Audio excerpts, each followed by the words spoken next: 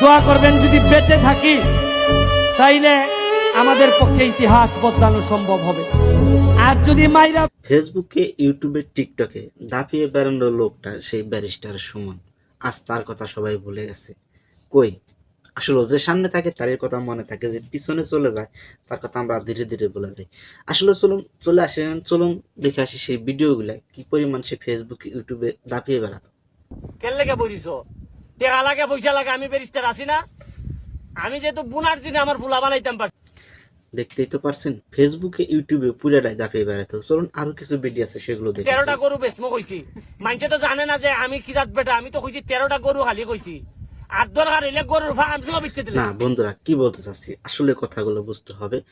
যে সবসময় মানুষের ভালোর জন্য কাজ করত তাকে আজ জেলে ভরে রাখা হয়েছে। আমরা সবাই তার কথা ভুলে গেছি, এটাই বাস্তবতা।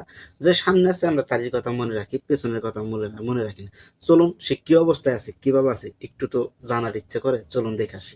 ভালো থাকলে আমি খুশি, মানুষের করার চেষ্টা করছি, দেশটা ভালো থাকো। জি ভাই। হ্যাঁ বন্ধুরা, এরকমই মানুষের জীবন, এরকম ভাবেই মানুষের জীবন চলে।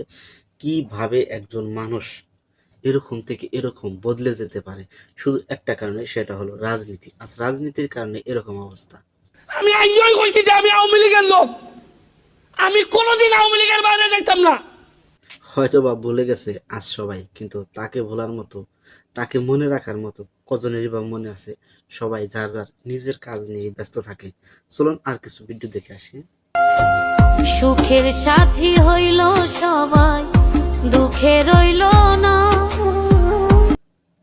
পরিস্থিতি এমন জায়গায় পৌঁছে গেছে সে নিজেও জানে না কতদিন তার জেল খাটতে হবে, সে কথাটাও কিন্তু জানা নেই।